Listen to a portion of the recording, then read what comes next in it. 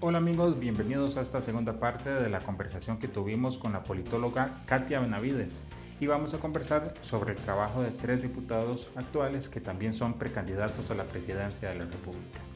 Hablamos sobre doña Carolina Hidalgo, don Erwin Macís y don Carlos Ricardo Benavides. Los dejo entonces con esta segunda parte.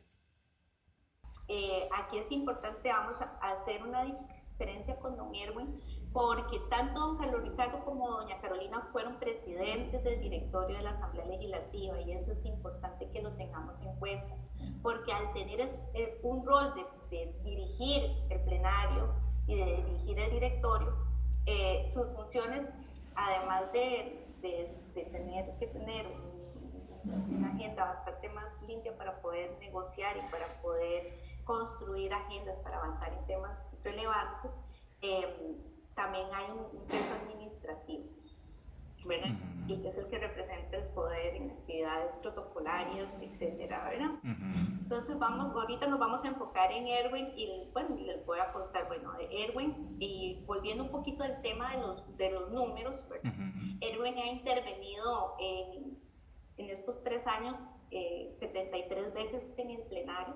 Se ha referido tanto a temas de denuncias como de control político y tiene que ver también con temas puntuales que responden a proyectos de ley que él ha impulsado. Ha presentado corriente legislativa 185 proyectos enfocados en temas municipales, ¿verdad? Por su experiencia municipal. Don Erwin fue uno de los alcaldes más jóvenes que ha tenido este país y en ese momento era el más joven en su comunidad de San Mateo. También ha estado muy atento a temas de energía limpias.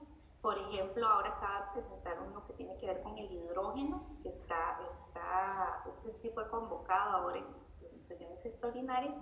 Ha tenido temas relevantes ya un poquito más de denuncia con relación al tema de finanzas del ICE. Y bueno, recientemente presentó una iniciativa que tiene que ver con la regulación de agroquímicos en el país, un tema que tiene 20 años de estar completamente estancado en la palestra. Eh, Don Erwin, eh, en el primer año, del 2018 al 2019, participó en 8 comisiones, donde presidió la de Ambiente y fue secretario de Gobierno y Administración. Aquí es importante denotar que en Ambiente, ahí fue donde empezó la discusión del proyecto del recurso hídrico y él estaba presidiendo la comisión en ese momento. Bueno, era un proyecto que se venía jalando de la administración anterior, pero la discusión ya en el último proceso, en el último momento para pasar a plenario, la tuvo que asumir don Erwin. Del 2019 y 2020 participó como miembro en 6 comisiones y ahora en este último año está participando en 4 comisiones y preside la Comisión de Agropecuarios, que es una comisión permanente de las órdenes de las comisiones.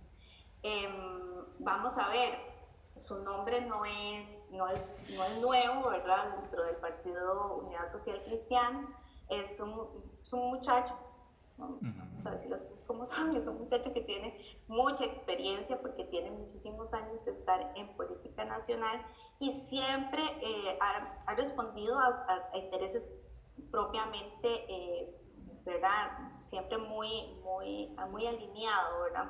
Con el tema municipal, uno ha visto durante estos, vamos a ver, 18 años, siempre una línea tratando de fortalecer y apoyar el tema municipal y hablando de descentralización, que es muy importante para llevar desarrollo a las comunidades. Estamos hablando que fue alcalde de una comunidad rural 100%, donde las actividades para el desarrollo económico son diferentes a la gran área metropolitana, por llamarlo de alguna forma, o a los sectores más urbanos, y ahí marca la diferencia.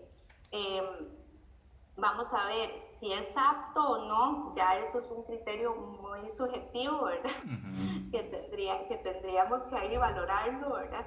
pero yo sí les puedo decir que hasta la fecha ha sido coherente en la toma de decisiones, ha tenido una participación activa en temas relevantes tanto de ambiente como de agroindustriales y que han afectado el sector, bueno, afectado no, que han impactado el sector, y es una persona que ha mantenido una posición clara en su partido, ¿verdad? Me parece que los tres diputados que escogió sí van en esa línea, los Ujú. tres siempre se han mantenido en su partido en las buenas y en las malas, y ellos están ahí presentes y han estado activos tanto en la estructura como en participación como referentes dentro de la estructura de su partido. Hay mucha gente que le pasa la factura al Partido Unidad Social Cristiana en el momento en que PISA decide unirse al PAC para este gobierno.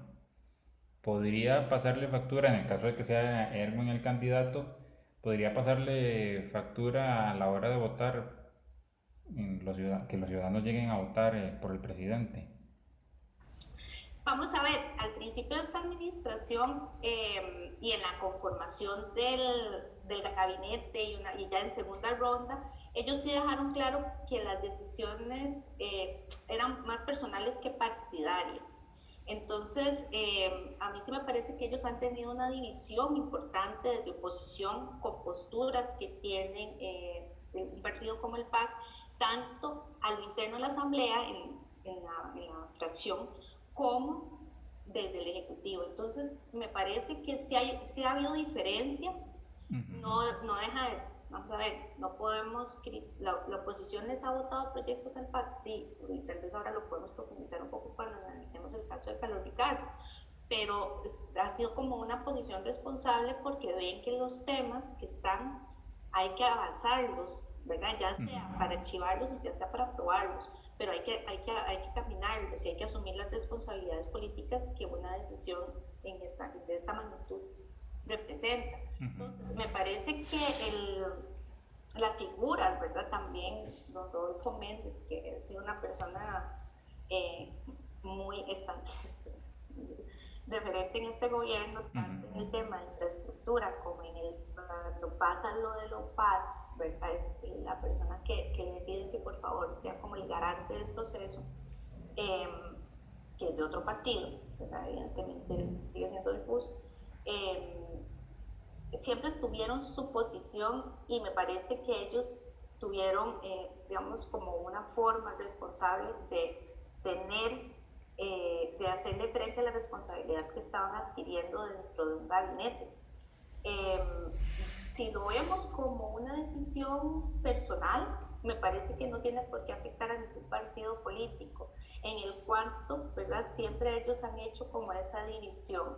Y el PUS sí se ha diferenciado con posiciones con relación al Ejecutivo y a la fracción de oficialista en la Asamblea Legislativa. Entonces, a mi criterio, considero que no debería de pasarle factura. Entre doña Lina Saurio y don Erwin Macís, ¿cuál considera usted que podría llegar a, dentro de la convención de la unidad, que podría llegar a ser el candidato? Vamos a ver, son dos perfiles de personas diferentes, ¿verdad? No, a pesar de que están en el mismo partido, representan intereses y representan temas particulares. Va a depender mucho de la agenda que nosotros como ciudadanos vamos a poner en la palestra. Lamentablemente, cuando se dan los procesos internos de partidos políticos, no le damos la atención que se merecen, ¿verdad? Si yo voy a una convención, puede ser, y participo en una convención, puede ser que esté eligiendo el próximo presidente de la República, y a veces no sentimos esa responsabilidad. Doña Lina es una mujer sumamente preparada, que ya también ha ocupado cargos públicos con mucha diligencia y efectividad. Una persona que ha demostrado que es referente en temas de seguridad y si los ciudadanos, vamos a ver, tenemos 3 elecciones de no estar hablando del tema de seguridad. Y si los ciudadanos consideramos que ese es un tema que hoy por hoy es relevante, me parece que es una de las personas que pueda sacar y defender muy bien ese tema al interno del PUS, pero como le digo, Ricardo, estamos, la convención del PUS es el 13 de junio, Ujú, estamos a escaso un mes y medio de eso, ujú, y yo no veo la discusión eh, lamentablemente de fondo, ¿verdad? Si no, lo que veo es una discusión meramente de chisme, por un audio que se filtró esta semana, ajá, donde a mí no me están aportando temas de fondo para yo poder elegir entre doña Rivera, entre don César y don Pedro, donde los precandidatos desde el inicio deberían de hacer propuestas y empezar a crear una agenda de fondo. Estamos con temas muy delicados, como el tema de reactivación económica, de finanzas públicas, en un marco de pandemia sumamente complejo y complicado, que va a marcar históricamente eh, este año, estas elecciones, ¿verdad? Entonces, y además con personajes que participan en la Asamblea Legislativa que tienen en mano un proyecto como empleo público, un proyecto como contratación administrativa, como los temas que tienen que relacionados con el Fondo Monetario Internacional en medio de un 1 de mayo. ujú. Entonces pasa 1 de mayo y tenemos en un mes la Convención de Liberación y en un mes y medio la Convención de la Unidad. Entonces también hay mucha dispersión, hay muchos temas y a veces los ciudadanos ahí también tenemos que hacernos responsables de que no ponemos temas de fondo en discusión y eso nos puede perjudicar a la hora de poder escoger a nuestros representantes tanto en el Ejecutivo como en el Legislativo. Ok, vamos a pasar a la siguiente, que es doña Carolina, que como usted decía anteriormente, ya fue presidenta de la Asamblea Legislativa, eh, también vicepresidenta cantonal del PAC en Alajuela y miembro de la Comisión del Reglamento del 2011 al 2013.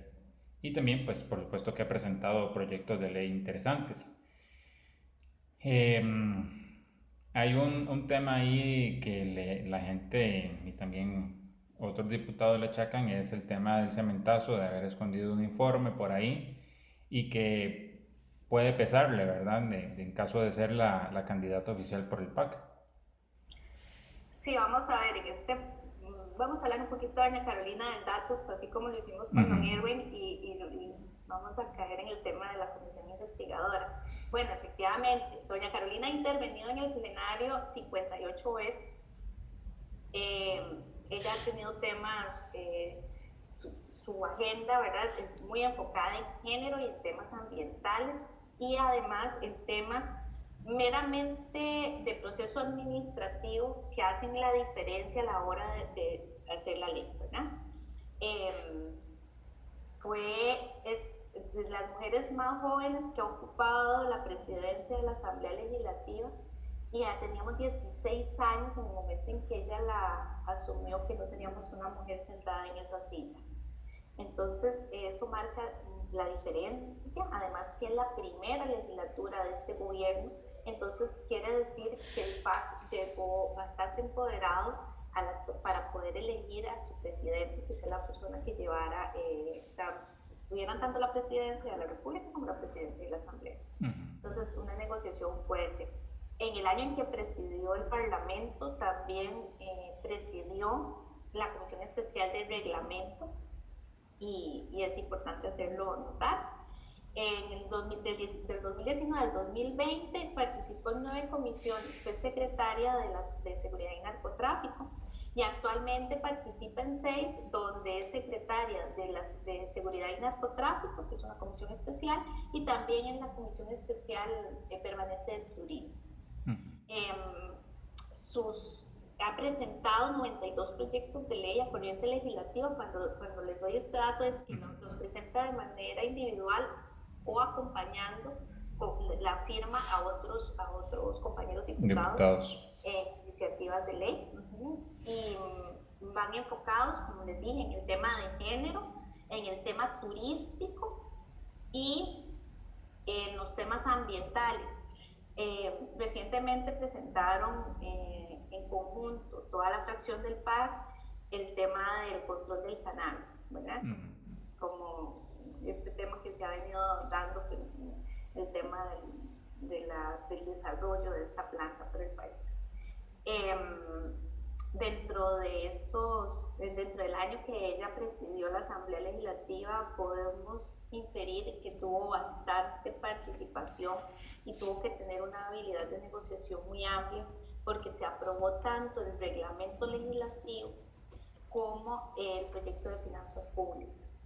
Y no es menor, porque el tema de finanzas públicas vino a marcar un antes y un después, y el tema del reglamento legislativo también en la dinámica legislativa propiamente hablando de la formación de políticas públicas. Entonces, fueron dos proyectos de ley que tuvieron muchísimo peso y muchísima discusión al interno de la Asamblea, donde a ella le tocó estar dirigiendo el plenario legislativo. Efectivamente, al inicio de la administración, ella recibe un informe de la Procuraduría de la Ética y es cuestionada de que no lo presentó o no lo hizo A público a tiempo. tiempo, y entonces se le hace una comisión especial que se investiga, ¿verdad? Y hacen su control político los diputados de oposición en este sentido. Pero lamentablemente, bueno, como lo acabo de indicar, estamos en un contexto de pandemia donde estos temas tan relevantes Ujú, en algún momento, ¿verdad? ujú, Llegan a minimizarse porque llegan otros temas que empiezan a tener prioridad en nuestra agenda como ciudadanos. ujú, Me parece que, vamos a ver, si hubiese sido un presidente de otro partido, esto sí podría pesar más al ujú, interno del PAC, pero como es el mismo partido y ya el tema, ¿verdad? No es tan relevante, no creo que tenga mayor impacto bueno, en una convención interna del PAC. ujú. Yo hice un ejercicio en la red social Twitter cuando ella se declara ya candidata para la presidencia y no es muy bien recibida por muchos, no digo que por todos, pero sí hay muy malos comentarios acerca de ella, pero a mí me interesa que la gente vea que también tiene virtudes como diputada, así como tuvo errores. ¿Qué virtudes podemos destacar de ella como diputada? Bueno, lo acabo de señalar puntualmente, me parece que la agenda que ella tuvo que asumir desde la presidencia del directorio es una agenda muy fuerte a nivel de temas de fondo y llegó a aprobar temas. O sea, ¿cuánto teníamos de tener una propuesta de finanzas públicas que no llegaba a aprobarse?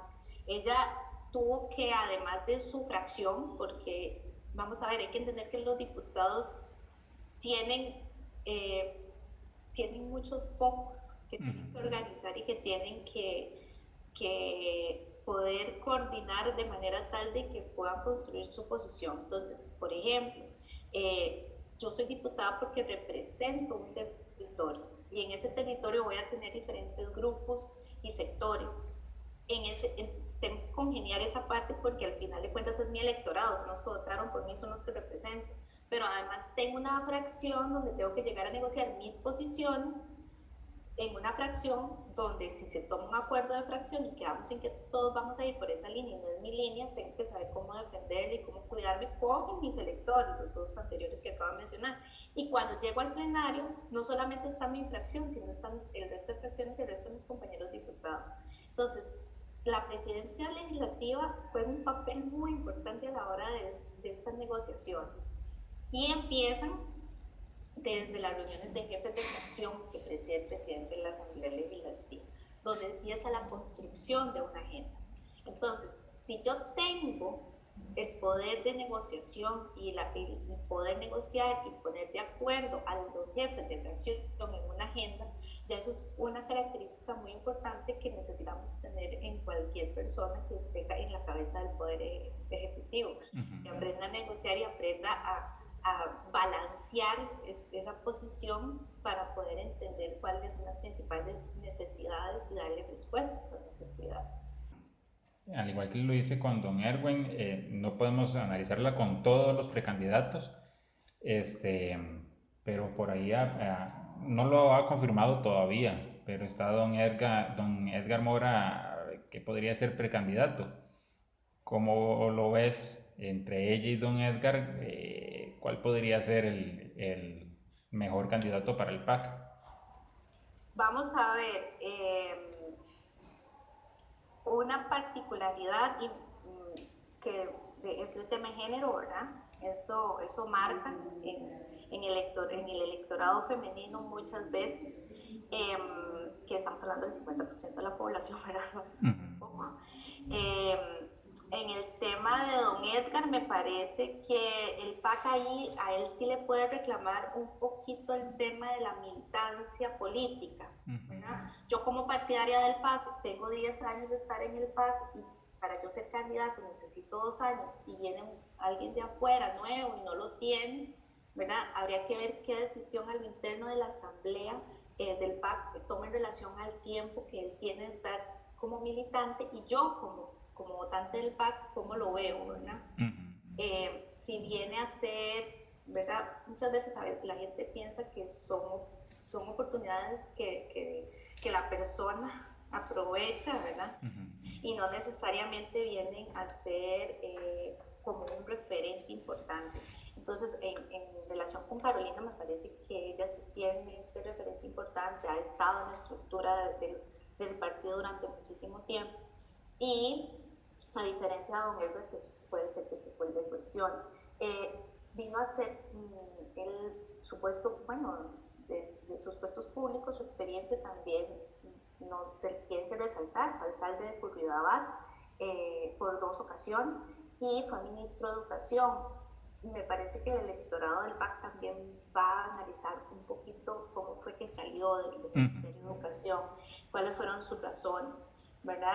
También hay cosas que marcan un antes y un después, ¿verdad? Y esas relaciones y cómo fue la construcción, cómo llegó al Ministerio de Educación, qué hizo, cómo lo hizo y por qué sale. Entonces, me parece que ese análisis, el votante o el simpatizante del Partido Acción Ciudadana sí lo va a tener en cuenta.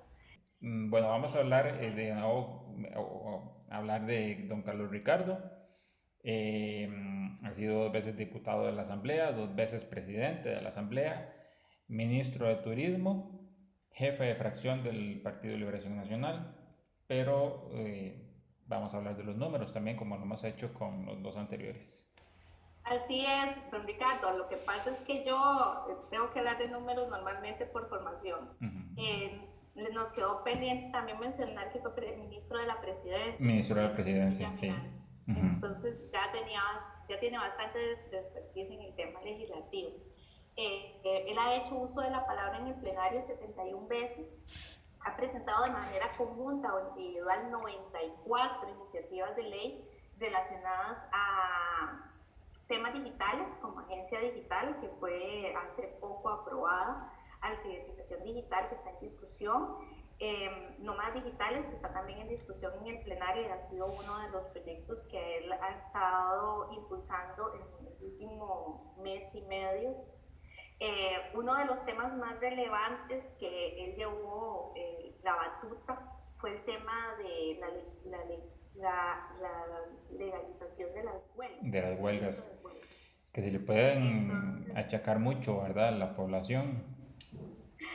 sí, efectivamente. Y también ha tenido temas turísticos bastante enfocados en su natal Punta Arenas, como fue el Parque Nacional de Islas San Lucas, que ya es el número 30 de los parques nacionales de este país. Durante el 2018 el 2019 participó en 10 comisiones. Entre el 2019 y el 2020 participó en 4 comisiones, ahí fue donde fue presidente de la asamblea, del directorio, y también participó en la Comisión Especial de Derecho a Huelga, y actualmente participa en 8 comisiones y está presidiendo la de turismo. Vamos a ver, don Carlos Ricardo tiene una amplia experiencia en tema legislativo y podemos ver que también sus temas son el tema digital, el tema turístico y el tema de huelgas que fue en el 2019 y el 2020, desde la pandemia, un tema muy relevante. le tocó tomar decisiones en función de las medidas sanitarias que dictó el gobierno, en función a si seguía funcionando o no la Asamblea Legislativa.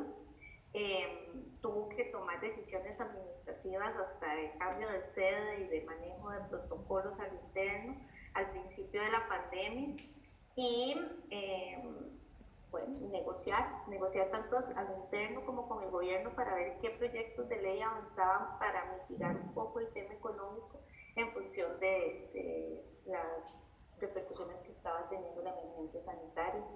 Eh, Me parece que es una persona que llevó muy bien el tema, ¿verdad? Ya iba de salida, hay que reconocer que ya iba de salida y que este es el segundo 1 de mayo que vamos a tener en condiciones de pandemia, un poquito más afectados porque sí tenemos casos, uno de los casos más activos, pero al principio con esa incertidumbre que como ciudadanía teníamos y todos estábamos en la expectativa de qué pasaba, también en su último momento de presidir la Asamblea se dieron leyes importantes como el del alivio fiscal, que era la moratoria a los impuestos, como la reducción de jornadas.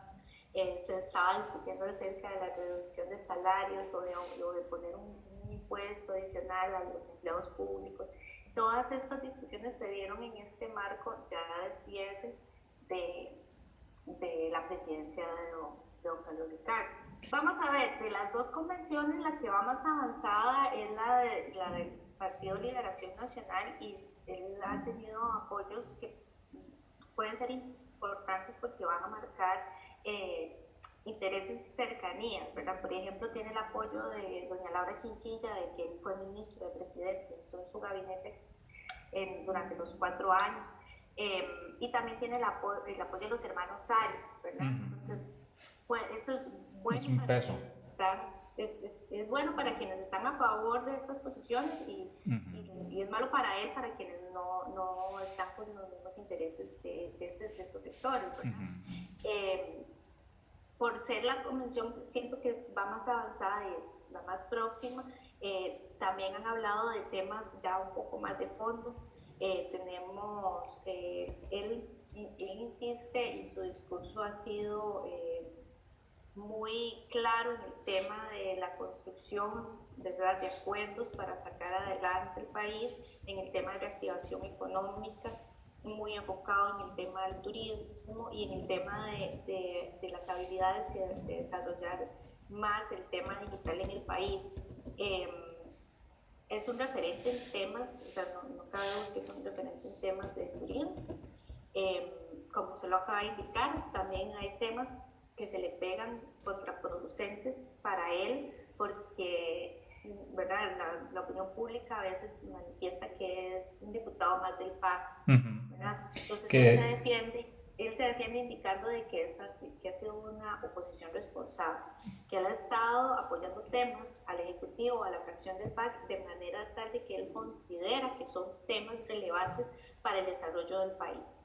que de hecho eso le iba a mencionar que podrían la población castigarle las negociaciones que ha tenido él con el PAC, pero no necesariamente han sido negativo. No, a mí me parece que a lo interno de Liberación, como lo hablamos ahora en el caso de Don Edgar, si yo como simpatizante de Liberación Nacional podría ver eso con malos ojos, ¿verdad? O los puedo ver más bien con buenos ojos y decir, no, es una persona que ha sido responsable en la toma de decisiones. Lo que sí ha tenido mucha coherencia en la toma de decisiones. Entonces vemos que no es una persona que hoy cambió su posición. Entonces creo que eso es una de las características positivas que tiene, que ha sido coherente. Coincida o no coincida con él, ha sido coherente en sus decisiones. Entonces eso sí marca la personalidad de una persona, digamos, propiamente de un candidato, ¿verdad? Hay temas también que para una población pueden ser negativos, como el derecho a huelga, ¿verdad? Este tema fue muy discutido, fue ampliamente abarcado por los medios y fue discutido también en la sala cuarta, donde tuvieron que hacer enmiendas importantes para poderlo pasar primero y segundo debate. Pero lo que sí hay que entender que puede ser que una parte de la población lo vea beneficioso porque ya no me van a bloquear una calle, pero si yo estoy con otro interés y yo digo, bueno, pucha, o sea, ya no me están dejando manifestar, me están limitando mi libertades constitucionales. Entonces puede verse desde los dos lados, ¿verdad? A mí me parece que don Carlos Ricardo sí tiene como una doble, o sea, o es blanco o es negro, ¿verdad? Tiene grises, entonces eso le puede beneficiar o lo puede perjudicar a la hora de una decisión electoral. Ok, y el mismo ejercicio que hicimos con los dos anteriores, entre Carlos Ricardo y José María Figueres, ¿cuál es el candidato, digamos, más fuerte o que podría ser más fuerte dentro de la Convención de Liberación? Bueno, aquí no tenemos la variable género, ¿verdad? Son dos hombres que tienen mucha experiencia y que son referentes en el Partido de Liberación Nacional importantes, ¿verdad? Son personas que se han mantenido dentro de la agrupación durante muchísimo tiempo, ¿verdad? Desde su infancia, podríamos decir antes. Eh, vienen a son personas que tienen experiencia ambas, ¿verdad? Tanto don José María como don Carlos Ricardo, que conocen el tema político y que conocen el país, ¿verdad? Desde una visión, tienen visiones particulares y tienen formas de verlo diferente, ¿verdad? Que eso es importante y eso hay que, a la hora del electorado al interno, así es como lo va a elegir. Me parece que algo que le cuestionan a José María es el tema de haberse ido para Francia y los cuestionamientos que le hicieron durante la administración, y eso lo puede perjudicar a él a la hora de que se tome una decisión. Pero ahí sí voy a hacer una diferencia. Creo que lo puede perjudicar en el marco de una elección nacional, pero en el marco de una elección del PLN interna, los análisis van a ser diferentes y van a pensar más bien en una agenda, qué es lo que quiero para mi país y cómo lo están viendo al interno. Hay que recordar que hay 3 candidatos más y también, digamos que el electorado liberacionista tiene ahorita más opciones y, como lo dije anteriormente, como es la que está más cerca, siento que ya siempre se han empezado a discutir temas más de fondo que van a marcar una diferencia entre la elección que se pueda dar al interno de la Convención de Liberación. Ok. Bueno, doña Katia, muchas gracias por acompañarnos. La verdad que fue muy provechoso y espero tenerla más adelante con otros temas de política, porque es un año bastante movido, ¿verdad? Entonces, muchísimas gracias por acompañarnos. No, más bien a ustedes, muchísimas gracias por la invitación. Es muy importante llevarle un mensaje a la ciudadanía de que no podemos ser ajenos a los temas políticos porque nos afectan de manera directa o indirecta y estamos en una coyuntura muy, muy relevante con el tema de la pandemia y con que cualquier decisión que se tome en estos ámbitos nos afecta más directamente. Entonces, sí es muy importante llevar a la ciudadanía a hacer de construir opinión pública y analizarlo desde todos los puntos de vista y hacer ver nuestra posición y nuestros intereses también, que ojalá estas posiciones y estos intereses se vean reflejados en los que me representan a mí como ciudadana en la toma de decisiones para el país. No podemos ser ajenos y eso es lo más importante, y reiterarles las gracias por la invitación, que también la pasé muy bien. Muchas gracias. A ustedes, amigos, gracias por acompañarnos y pronto nos vamos a encontrar con un nuevo tema en este podcast que lo llamamos Político y Social. Muchas gracias por acompañarnos y hasta pronto.